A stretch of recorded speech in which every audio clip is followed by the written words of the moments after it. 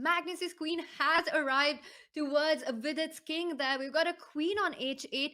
This looks super dangerous. Imagine if that bishop from b1 gave a check on g6. That's game over. Knight h4, bishop g6 would be completely done for.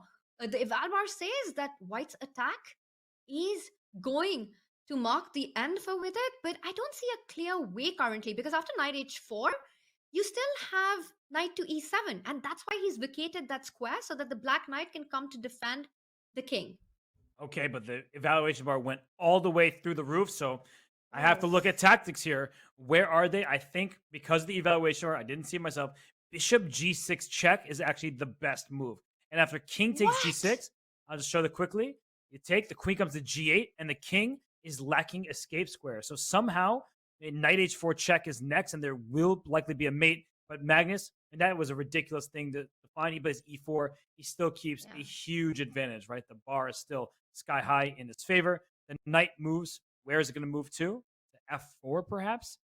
But this king is still in danger. I mean, bishop g6, what a move, Robert, but impossible. Impossible to play. And that also when you're playing in about a minute, just hanging that bishop. But a great concept there, you pointed out. e4 hits that knight. Knight f4 is an option, but as you're pointing out, it doesn't solve black's problems. What black really wants to do is try and drive that queen away. Bishop to d7, try and kick that queen out at some point. And Magnus, meanwhile, has got a couple of moves to build the attack. I'm trying to think how he can improve the position because it looks like he's done everything right. Ideas of bishop f6 are screaming for me. I don't think they work right now. But the point is that after g takes f6, queen h7 would have been a check. Magnus plays queen h7 first, and the Evalbar does not like this move. It says it's equal. I think you were right. And look, Magnus is now worse. He made 2 inaccuracies in a row. He's going for the g7 pawn. But after pawn takes, bishop takes e5. He's hitting this knight and g7. But can this knight simply retreat back to h5 here? Did Magnus completely miss that? Oh, he did. Look at him shaking his head. He missed the simple retreat of the knight, protecting g7. Vidit Gujrathi might steal this game. And look at Vidit. He knows it. He knows he's got the defense up, but he's down to 11 seconds on the clock, Robert. And that is a tough task with just 11 seconds.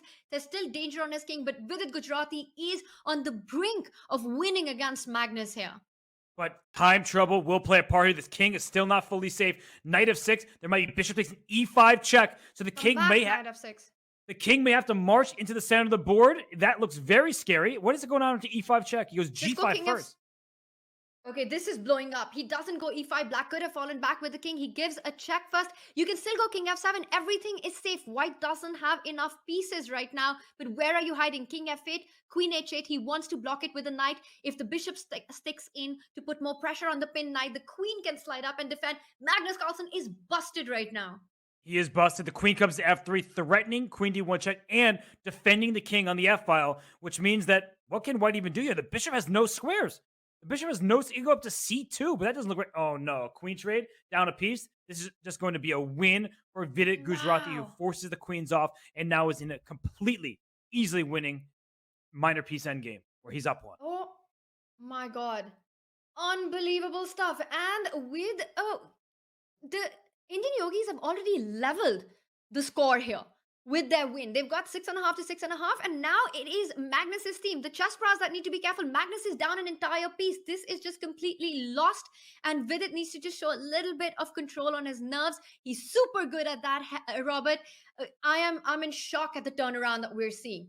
And what was it, 82% saying that we're not going to see a playoff?